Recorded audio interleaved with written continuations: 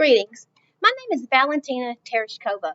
I was born in 1937 on a farm in Russia, about 160 miles northeast of Moscow. My father was a tractor operator, but tragically he died when I was 2 years old, while Russia was in a brief war with Finland.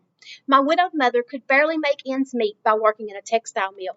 I quit going to school when I was 16 and I started to work in a factory and then went on to work in a mill. I continued my education, though, by taking correspondence courses.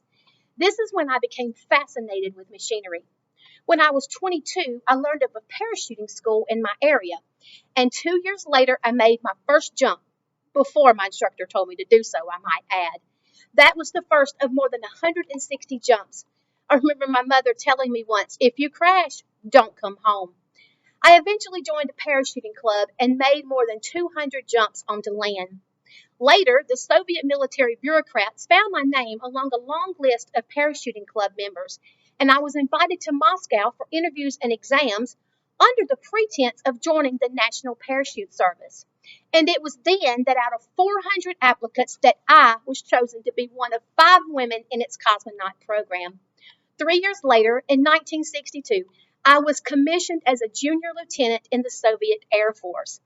That being said, at the age of 26, I was given the call signal Seagull, and I was the first woman to actually go to space. I received the training I needed for spaceflight and made my first solo mission in 1963 aboard Vostok 6. I remember that it felt like the rocket was shivering with the force of the liftoff, shaking like a thin tree under the wood, and with a roar like thunder. It was absolutely amazing. I cannot tell you the thrill that I felt. That mission was over 70 hours and 50 minutes long.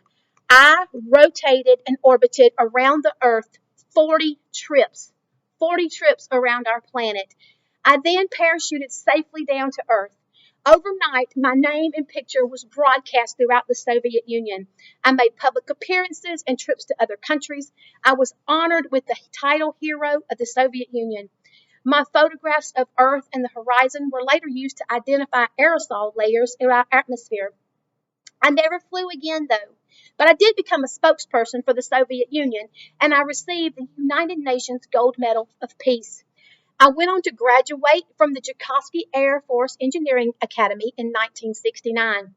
I earned a degree in technical science in 1976. I also served as the Soviet representative to numerous international women's organizations and events. My space mission was the last space flight by a female cosmonaut until the 1980s. Not long after my flight, on November the 3rd, 1963, I married another astronaut. His name was Andrean Nikolaev, and together we had a daughter named Elena.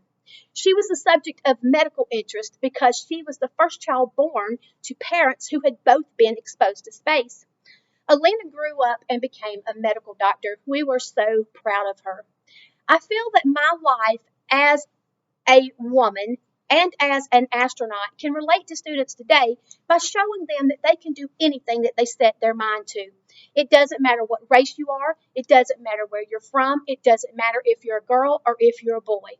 My solo space mission happened all because I never gave up on parachuting and doing what I love.